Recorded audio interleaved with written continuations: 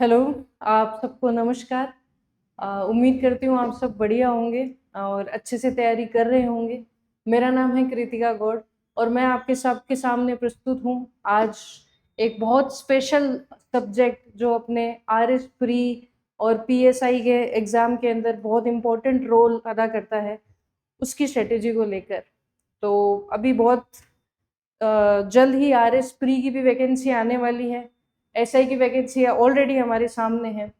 Coaching वालों ने अच्छा माहौल बनाया हुआ है, आप लोगों में खूब जोश भर दिया है, तो उस जोश को आप बनाए रखो। थोड़ा सा मैं उसमें होश डालने के लिए आज आई हूँ आप लोगों के सामने। क्यों ये सब्जेक्ट इतना इम्पोर्टेंट है, उसके बारे में हम बात करेंगे और कैसे अपने अप्रोच करें कि इसके अंदर बेस्ट आउटपुट अपने को मिले, लगभग अपने सारे क्वेश्चन सही हों और इसको कैसे हमें डील करना है, हैंडल करना है, मतलब स्पेसिफिकली प्री के पर्सपेक्टिव से, उसके बारे में आज हम चर्चा करने वाले हैं। जैसे कि मैंने पहले भी बताया, मेरा नाम कृतिका गौड़ है और आरएस 2021 के अंदर मेरे को 201वीं रैंक प्राप्त हुई थी। उसके बाद में भी मैंने अभी इंटरव्यू दिया है नेक्स्ट वैकेंसी का, उसके बाद में भी मेंस दिया है। कहने का मेरा मतलब ये है कि प्री जो है वो मेरा कभी नहीं रुका। तो मुझे आइडिया है कि इस सब्जेक्ट को या फिर प्री के जो एग्ज़ाम्स होते हैं, जो ऑब्जेक्टिव बेस्ड एग्ज़ाम्स होते हैं, उनको कैसे हैंडल करना है। तो जो मैंने सीखा है अपने टीचर्स से, बुक्स से और अपने जितना भी एक्सपीरियंस है उससे, तो मैं कोशिश करूँगी कि वो मैं आपको भी प्रोवाइड करवा सकूँ। तो सबसे पहले अपने बात करते हैं 15 प्लस क्वेश्चंस। अगर हम पॉलिटी को बहुत अच्छे से करके जाते हैं तो 15 प्लस क्वेश्चंस जो है वो डेफिनेटली पूरे एग्जाम के अंदर हमारे हाथ में। पीएसआई के अंदर जिनको नहीं पता उनको मैं बता दूं, पहला जो पेपर होता है वो जीएस और जीके का होता है, 100 क्वेश्चंस आते हैं उसके अंदर। और जो सेकंड पेपर होता है वो हिंदी का पेपर होता है, ये रिटन होता है पीएसआई का। और आरएस के अंदर 150 क्वेश्चंस आते हैं, जो प्री का पेपर होता है उसके अंदर। और कोई सेकंड पेपर उसमें नहीं होता है और सारे सब्जेक्ट्स उसके अंदर होते हैं, polity, history, geography, economy, reasoning, mathematics वगैरह सब। तो ये जो दोनों पेपर हैं, इसके अंदर जो पॉलिटी है उसके लगभग हमें 15 के आसपास जो है क्वेश्चंस देखने को मिलेंगे। मैं आपको अभी एनालिसिस भी करवा दूंगी, ये मैं नहीं बोल रही हूँ, ये डेटा बोल रहा है। जो पेपर हमने प्रीवियस ईयर के उठाए हैं उसके अंदर से जो डेटा निकाला है उसके अंदर हमने ये पाया कि लगभग इतने क्वेश्चंस जो है पॉलिटी के सब्जेक्ट्स के हमें देखने को मिलते ही हैं। अब ये क्वेश्चन कहाँ से आते हैं, इनको कैसे प्रिपेयर करें, एक्यूरेसी कैसे लेके आए। और कुछ ऐसे भी क्वेश्चंस होते हैं जो सिर्फ छोड़ने के लिए होते हैं, उसका मैं आपको एक एग्जांपल भी दूंगी आगे जाके कि कैसे क्वेश्चंस है जो हमें देखते ही स्किप करने हैं, उसमें आप 5वां गोला भर दो ताकि दोबारा जब राउंड लो तो उसको गलत ना कर दो, तुक्का ना लगा दो, नेगेटिव नहीं लेके आओ। तो ये सारी चीज़ें अपने को जो है उस एग्ज़ाम के अंदर हैंडल करनी है। ये स्ट्रेटेजी वहाँ जाके प्रिपेयर नहीं होगी, पहले से ही अपने को प्रिपेयर करनी है। और कैसे करेंगे ये मैं आपको बताती हूँ। सबसे पहले स्ट्रेटेजी जिसने मेरे को हेल्प करी कि मैंने आरएस के जो प्री को लगातार हर बार निकाला, वो मैं आपके साथ शेयर करूंगी। और फिर उसके बाद में जो इसको काफ़ी अच्छा स्कोरिंग सब्जेक्ट मानते हैं पॉलिटी को, क्योंकि जो कॉस्ट और बेनिफिट जिसको हम बोलते हैं कि जितनी बुक्स हमने पढ़ी, जितनी बार अपनों ने पढ़ा, उसका जो बेनिफिट निकल के आया, जितना टाइम हमने दिया, वो बाकी सब्जेक्ट्स की तुलना में काफ़ी अच्छा है। पॉलिटी का काफ़ी इंटरेस्टिंग सब्जेक्ट भी है। और अगर हम बात करें जो जिस सेवा के अंदर जा रहे हैं, जॉब नहीं, आप सेवा में जाने वाले हो, ऐसा ही कि जॉब जॉब नहीं होती है, सेवा होती है। आरएस की जॉब जॉब नहीं है, सेवा है। सेवा क्यों बोल रही हूँ, क्योंकि ये नॉर्मल 9 to 5 जॉब नहीं है। इसके अंदर जितना ज़्यादा आपका अंदर इंटेंट होगा उतना ज़्यादा आप अच्छा सर्व करोगे। तो इसके लिए आपको बहुत इम्पोर्टेंट जो है चीज़ें समझनी पड़ेगी, कि किस तरीके से आपको एक स्ट्रेटेजी बनानी है। और पॉलिटी आपको सर्विस में भी आगे जाके हेल्प करेगी, आपका जो माइंड है मैच्योर होगा अगर आप पॉलिटी को बहुत अच्छे से समझेंगे। नेक्स्ट, तो पॉलिटी मैंने ऑलरेडी आपको बता दिया कि वेटेज बहुत अच्छा है, स्टैटिक पोर्शन से आ जाता है, बहुत ज़्यादा फ्लक्चुएशंस इसमें होंगे नहीं। अगर करंट से भी कोई क्वेश्चन आ रहा है पॉलिटी से, तो वो इतना ज़्यादा फेमस होगा कि आपको पता होगा, मतलब आपको बहुत ज़्यादा उसके अंदर डीपली करंट अफेयर में जाने की ज़रूरत नहीं है। फॉर एग्जाम्पल जैसे आपने महिला वंदन बिल सुना होगा, तो वो एक कॉन्स्टिट्यूशन अमेंडमेंट था, यानी संविधान में संशोधन था। तो वो करंट का न्यूज़ थी, और प्लस हमारा जो सिलेबस था उसके अंदर हमारे अमेंडमेंट्स दिए हुए हैं एक अलग से टॉपिक, तो हम बहुत इजीली उसको पिक कर सकते हैं। तो उस हिसाब से भी पॉलिटी एक बहुत अच्छा सब्जेक्ट है। अब ये मैं थोड़ा सा ट्रेंड एनालिसिस आपको बता रही हूँ कि जैसे ये एसआई के हमने 2016 के जो पेपर उठा के देखा, तो इंडिया और राजस्थान पॉलिटी के मिला के लगभग 15% क्वेश्चन उसके अंदर हमें देखने को मिले, यानी 100 में से 15 क्वेश्चन जो है वो पॉलिटी के थे। फिर 2021 में आप सबको पता ही है कि 3 अलग अलग शिफ्ट के अंदर हुआ था पेपर, तो उसका एवरेज लगभग आपको यहाँ पे मिलेगा कि 13 क्वेश्चन जो थे लगभग हर पेपर में आपको पॉलिटी के देखने को मिले थे।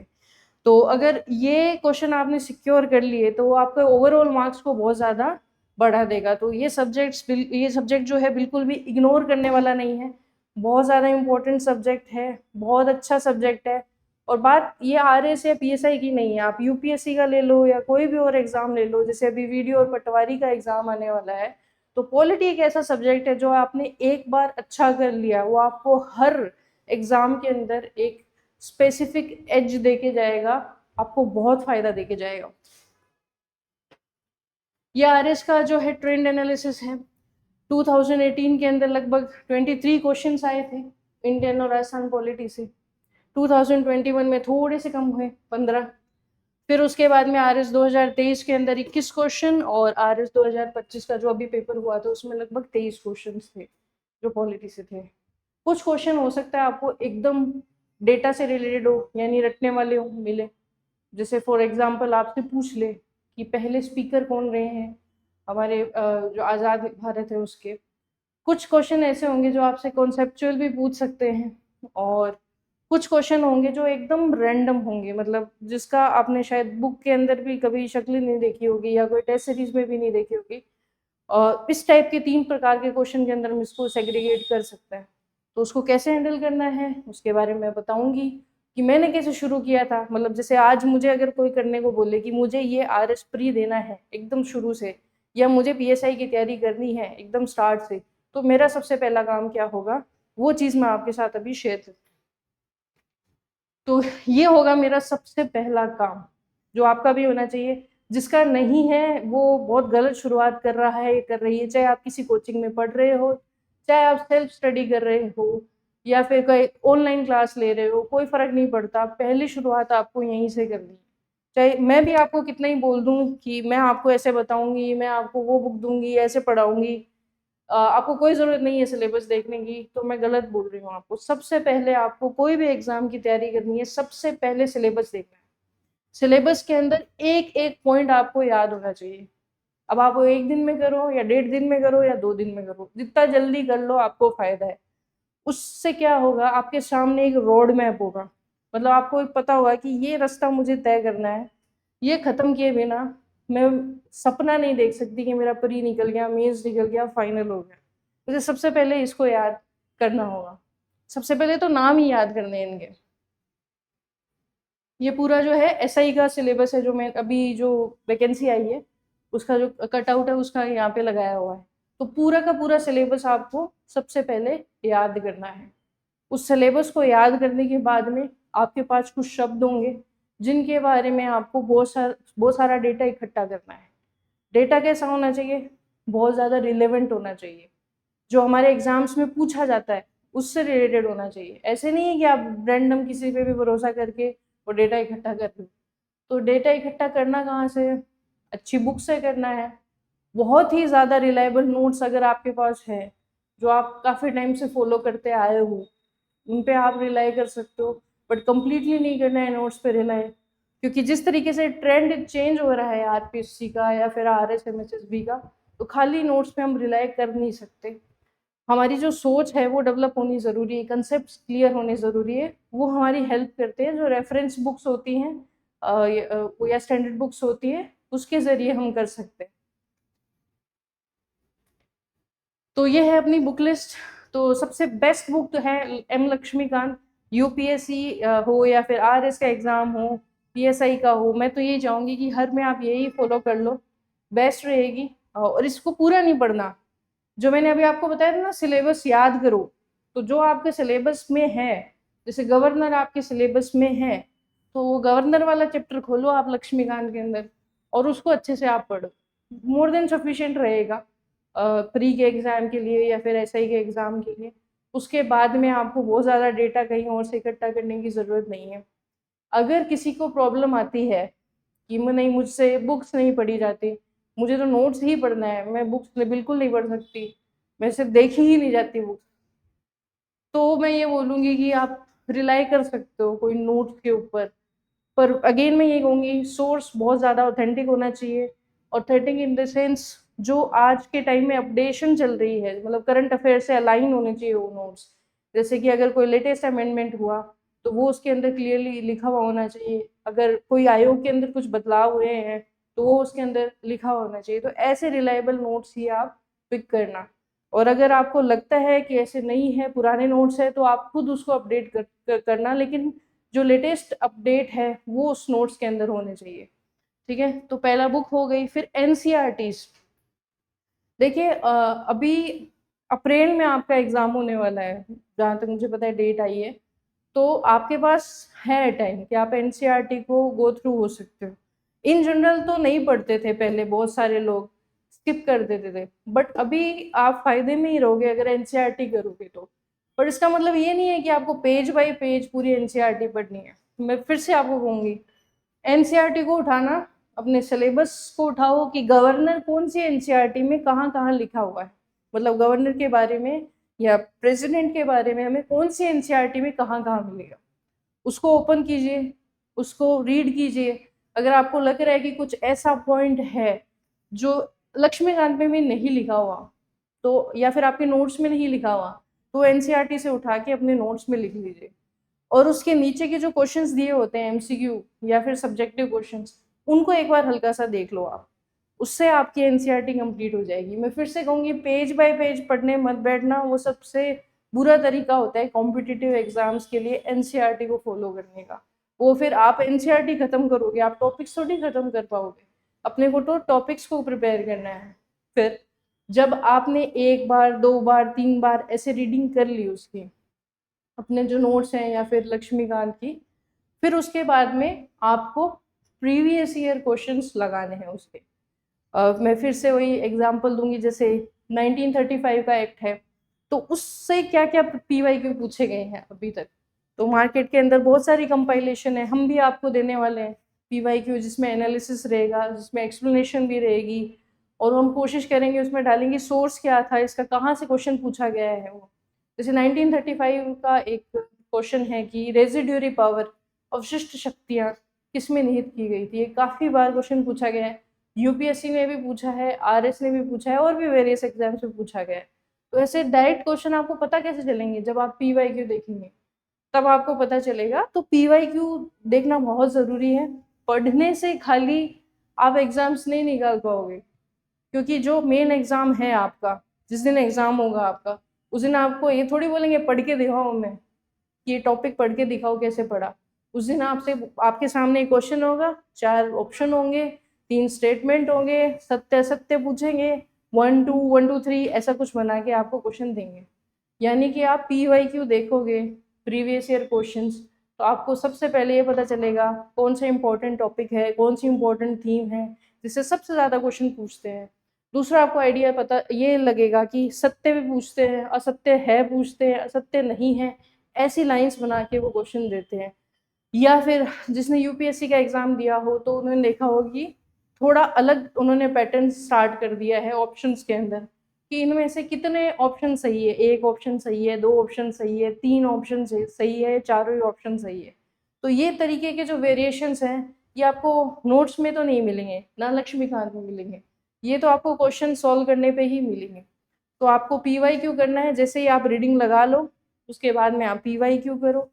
फिर उसके बाद में कोई भी एक अच्छी टेस्ट सीरीज ज्वाइन करो, जिस पे आप रिलाई कर सको, जो अच्छी मतलब सर्विस प्रोवाइड करवाते हो आप।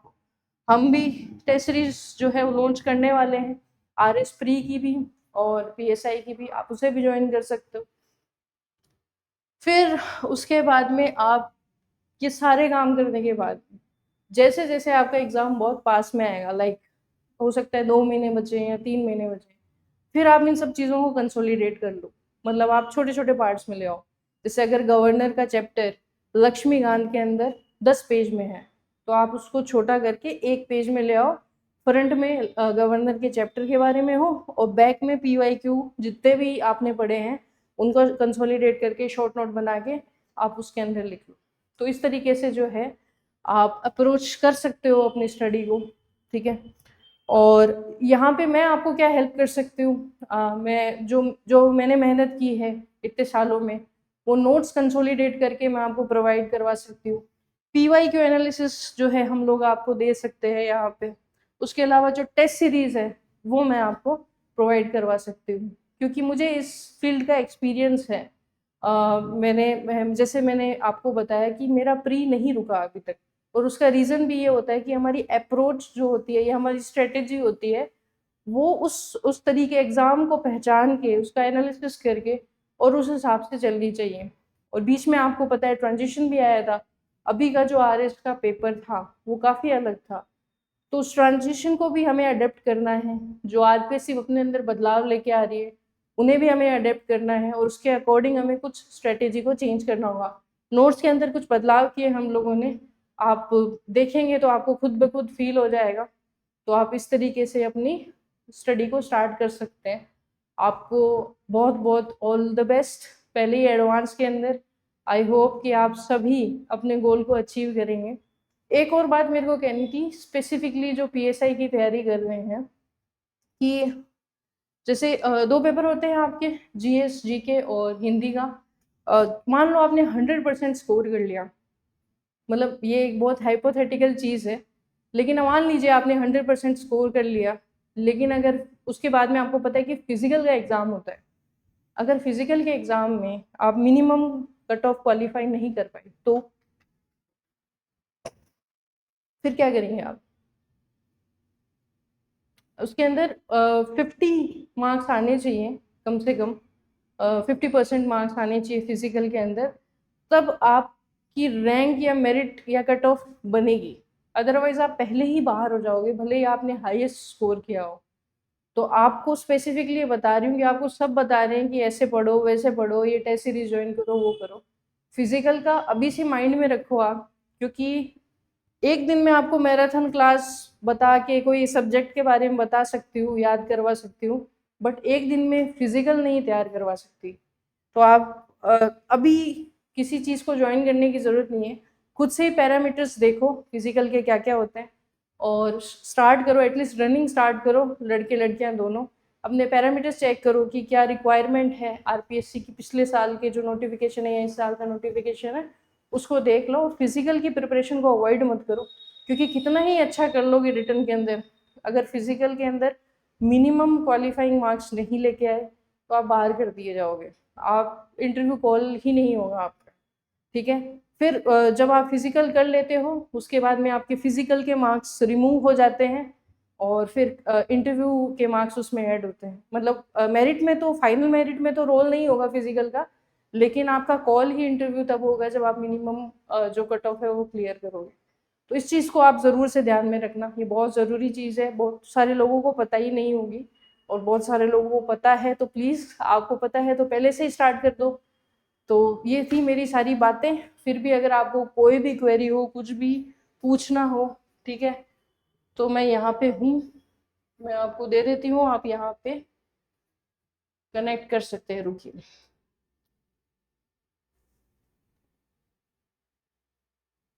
ये हमारी डिटेल्स है, आप इस पे कनेक्ट कर सकते हो। आपको कोर्स के बारे में पूछना हो, टेस्ट सीरीज के बारे में पूछना हो, या कुछ भी और बात करनी हो, डिस्कस करना हो अबाउट द स्ट्रेटेजी, या अलग सब्जेक्ट के भी आपको ऐसे वीडियो चाहिए हो, तो आप हमसे कांटेक्ट कर सकते हैं। Thank you very much, all the best आप सबको, मिलते हैं नेक्स्ट क्लास के अंदर।